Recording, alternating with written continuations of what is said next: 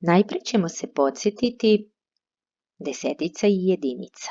Broj 12 sastoji se iz 12 jedinica.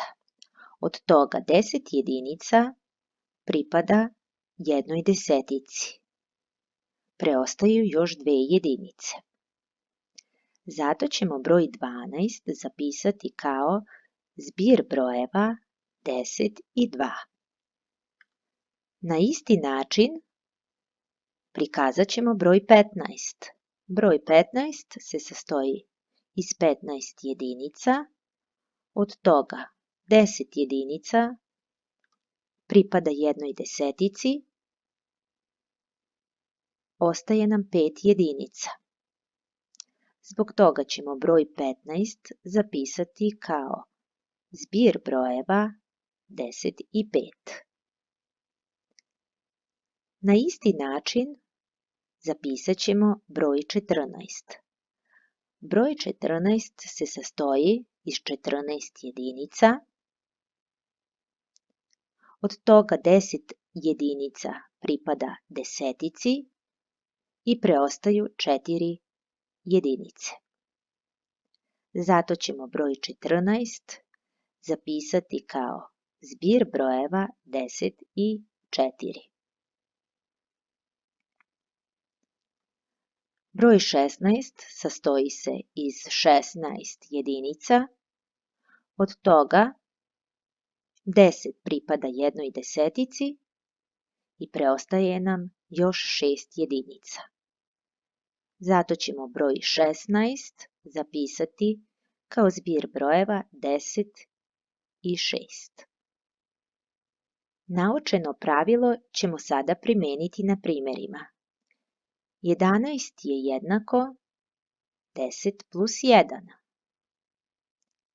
13 je jednako 10 plus 3.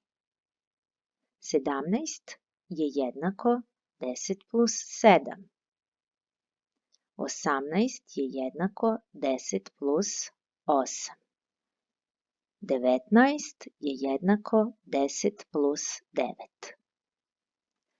Pošto smo savladali ove primjere, možemo krenuti na komplikovanije, odnosno složenije zadatke. Odredit ćemo zbir dva broja, čije jedinice nisu iste. Zbir brojeva 13 plus 1 određujemo na sljedeći način. Broj 13 ima 13 jedinica. Broj 1 ima jednu jedinicu. U broju 13 vidimo da postoji jedna desetica. Preostaje 3 jedinice.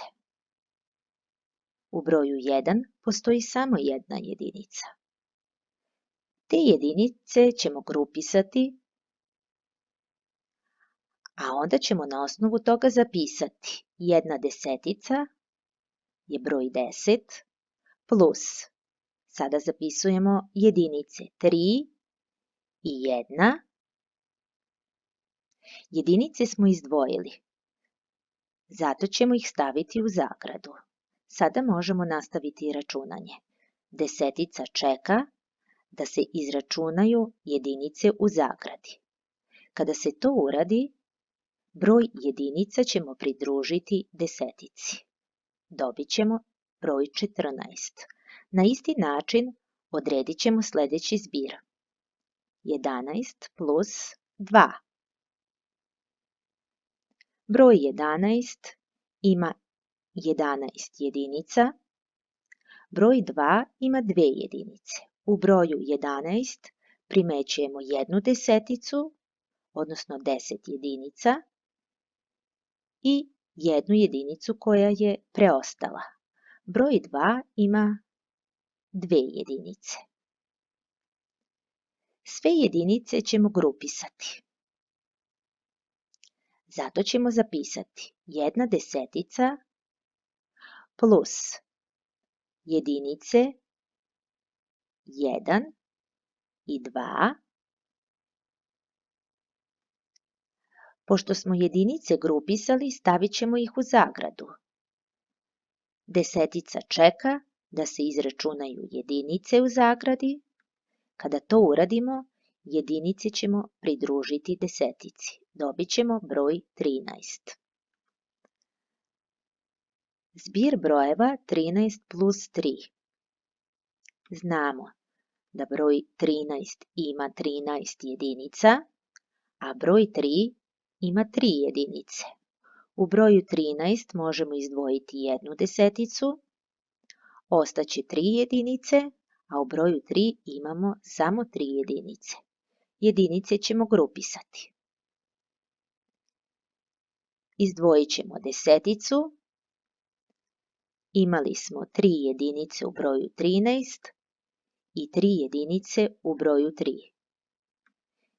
Njih ćemo staviti u zagradu. Desetica čeka da se izračuna zbir brojeva u zagradi. Kada to uradimo, jedinice ćemo pridružiti desetici i dobit ćemo broj 16.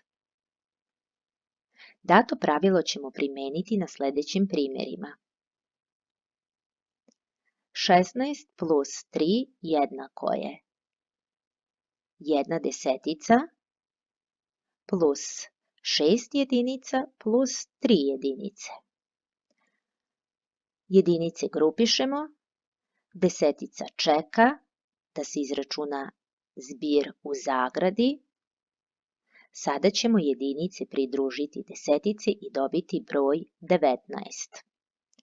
14 plus 4 jednako je 14 sadrži jednu deseticu, ali i 4 jedinice. Broj 4 ima samo 4 jedinice, zato ćemo jedinice grupisati, odnosno staviti u zagradu. Desetica sada čeka da se izračuna zbir u zagradi. Sada ćemo moći jedinice da pridružimo desetici i dobit ćemo broj 18. 11 plus 5 jednako je 10, odnosno 1 desetica, plus preostala jedinica, plus 5 jedinica u drugom sabirku. Jedinice ćemo grupisati, odnosno staviti u zagradu. Desetica čeka da se izračuna zbir u zagradi. Sada ćemo jedinice pridružiti desetici i dobiti broj 16. Zbir brojeva 12 i 4 jednako je 10 plus 2 jedinice plus 4 jedinice. Jedinice ćemo staviti u zagradu. Desetica čeka da se izračuna zbir u zagradi i na kraju jedinice pridružujemo desetici, dobijamo rezultat 16. Zbir brojeva 15 i 3 jednako je. U broju 15 imamo jednu deseticu, preostalo je 5 jedinica, broj 3 ima 3 jedinice. Jedinice stavljamo u zagradu, broj 10 čeka da se izračuna zbir u zagradi. Jedinice koje smo dobili pridružit ćemo desetici i dobit ćemo broj 18. Sada otvori svesku i zapiši sljedeće.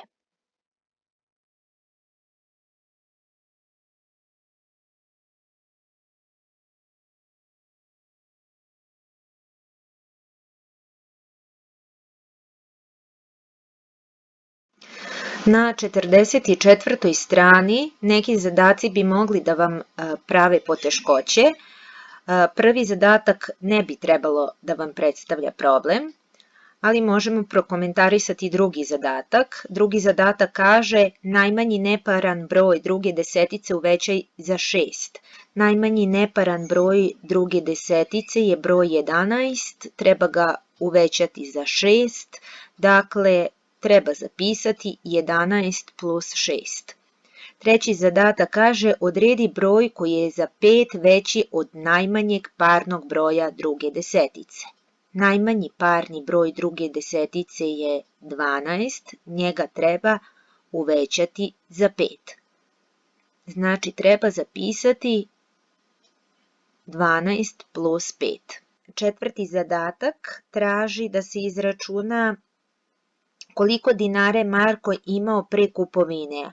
Ako njegov račun iznosi 13 dinara, a ostalo mu je 6. Dakle, on je potrošio 13, a ostalo mu je 6. Da bismo izračunali koliko je imao dinara pre kupovine, ta dva iznosa treba sabrati. Peti zadatak kaže Sara ima 11 dinara, želi da kupi gumicu za kosu, za kupovinu te gumice nedostaje joj 8 dinara. Dakle, ako Sara ima 11 dinara i treba joj još 8 dinara, njoj ukupno treba 11 plus 8, to jest 19 dinara. Šesti zadatak kaže izračunaj zbir datih brojeva na dva načina. Ovaj zadatak ćeš lako uraditi ukoliko se sećaš pravila o združivanju sabiraka. Dakle, prilikom rada ovog zadatka treba da koristiš zagrade.